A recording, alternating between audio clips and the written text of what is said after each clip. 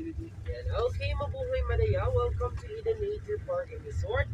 My name is Ramort. I am your tour guide. Yung driver naman natin ngayon po si Kuya Judy.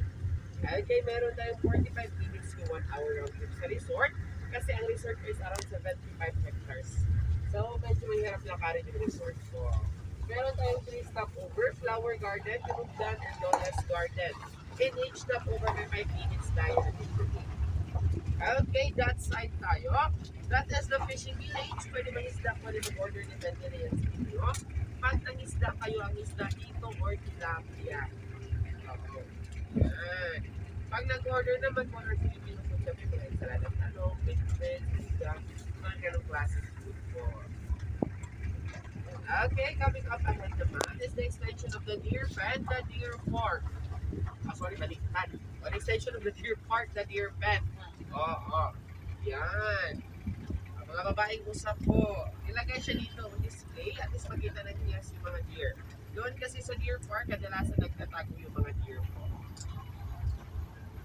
Yan. Okay, deer park ito man is the Vista Cottage. Those are good for two sa couples at mga bagong kasal or honeymooners. Sa baba naman is the biggest function area in Eden, the garden wall. This one can accommodate maximum of 300 people. Usually, ginagamit yan sa mga wedding receptions and seminars. Okay, on this side naman is the deer park. Ayun, isa may sungay. So, yung may sungay po is male, yung walang sungay is female. So, we have here about 30 plus deer. Nag-start kami 1996, isang pares lang. 1 male and 1 female. Ngayon, 30 plus minutes.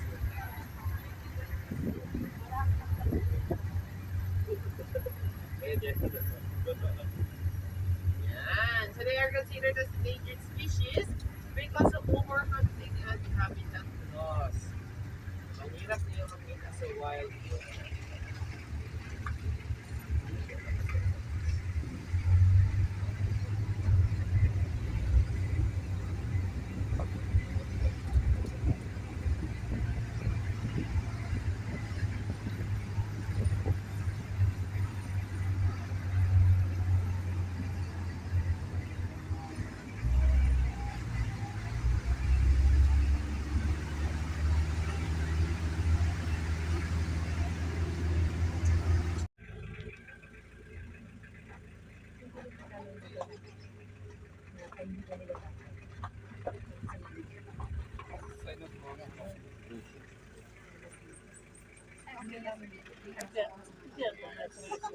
Yung mahaba yung neighbor.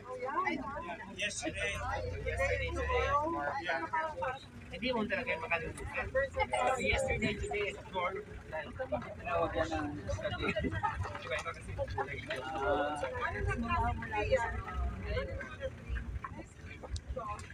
Ito may flower na. Hindi ko yan na ano talaga.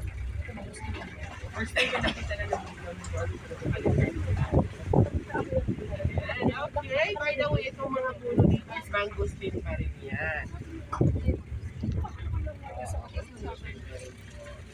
Makikita niyo maliliit yung aming mga mangosteen. Kasi nung ano niya, pag tubo niya pinuto yung top, para yung mga bunga sa ano lang po, mababa lang siya mag-ano.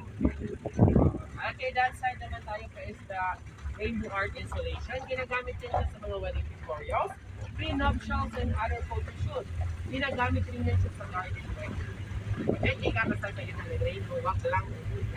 Mag-garden wedding. Oo. Huwag lang uulan kasi maulan mabasa ka. Madulas ka.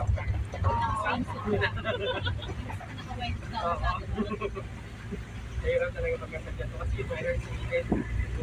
Ano din natin talaga. Hindi yung weather sa Davao.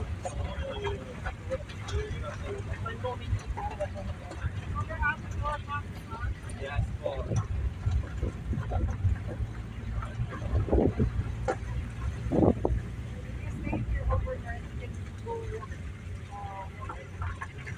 Okay, we are now entering the Shangri-La. This Shangri-La is a private area of the owner. Pero pag wala sila dito, this is for rents overnight. So time sharing ito mo kasi pag nandito sila, bawat talaga yung rent.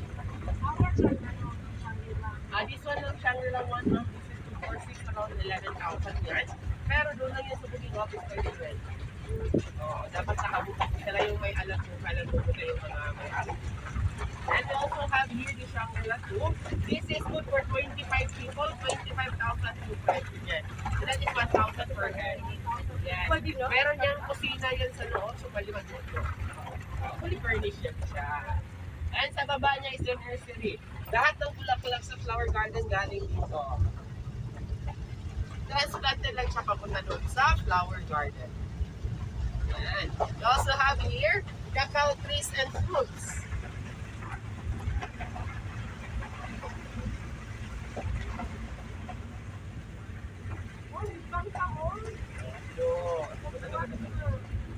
Okay, that side naman is the biggest mango orchard na madaanan sa tour.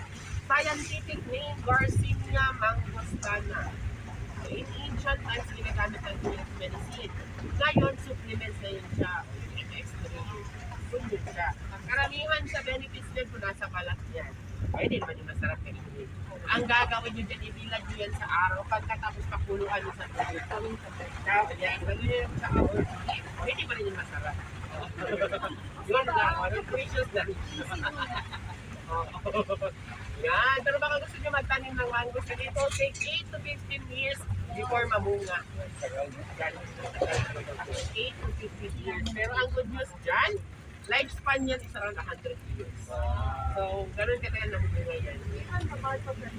Ano man, 5 to 7 years na bumarto yan. Pero ang downside yan, short-lived siya po. Hindi siya aabot ng mga talaga 100 years. Ayan. And we also have here Matinlo Band. Hindi na ito falls kasi nag-collapse na yung falls. Malakas yung baka dun sa mountain. So pagdating dito, yan. And makikita nyo naman dito sa paligid, mga nagtataas ang puno. So yung forest namin sa resort, this is 95% man-made. Tinanin na ito. During 1970s, when the owner bought the resort, this is ilang over area kasi so naputo na yung mga puto.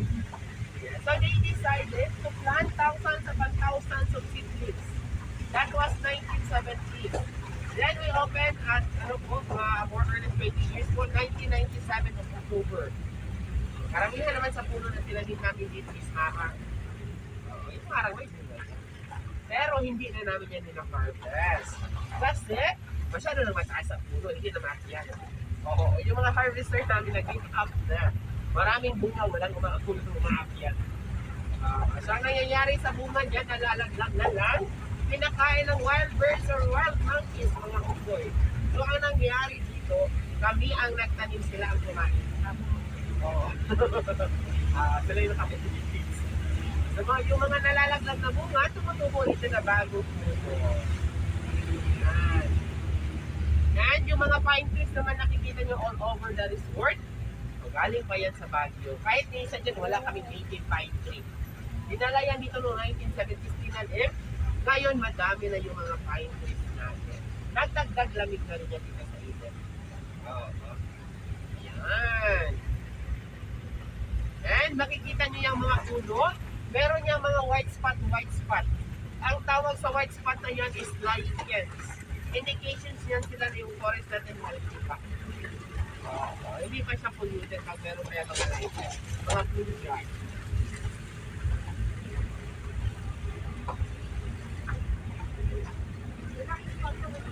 75 na. Lakarin yung matagal talaga po doon sa 3 hours po. Exercise talaga. Then magdala kayo ng mapa, baka wala kayo.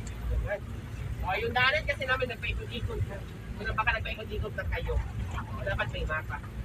Okay, this side is our second stop over to Mutsuan. Meron tayo dito, Statue ni Bagali, Mabog na Mindanao, Balay, Kalimutan in the Statue of our Indigenous People.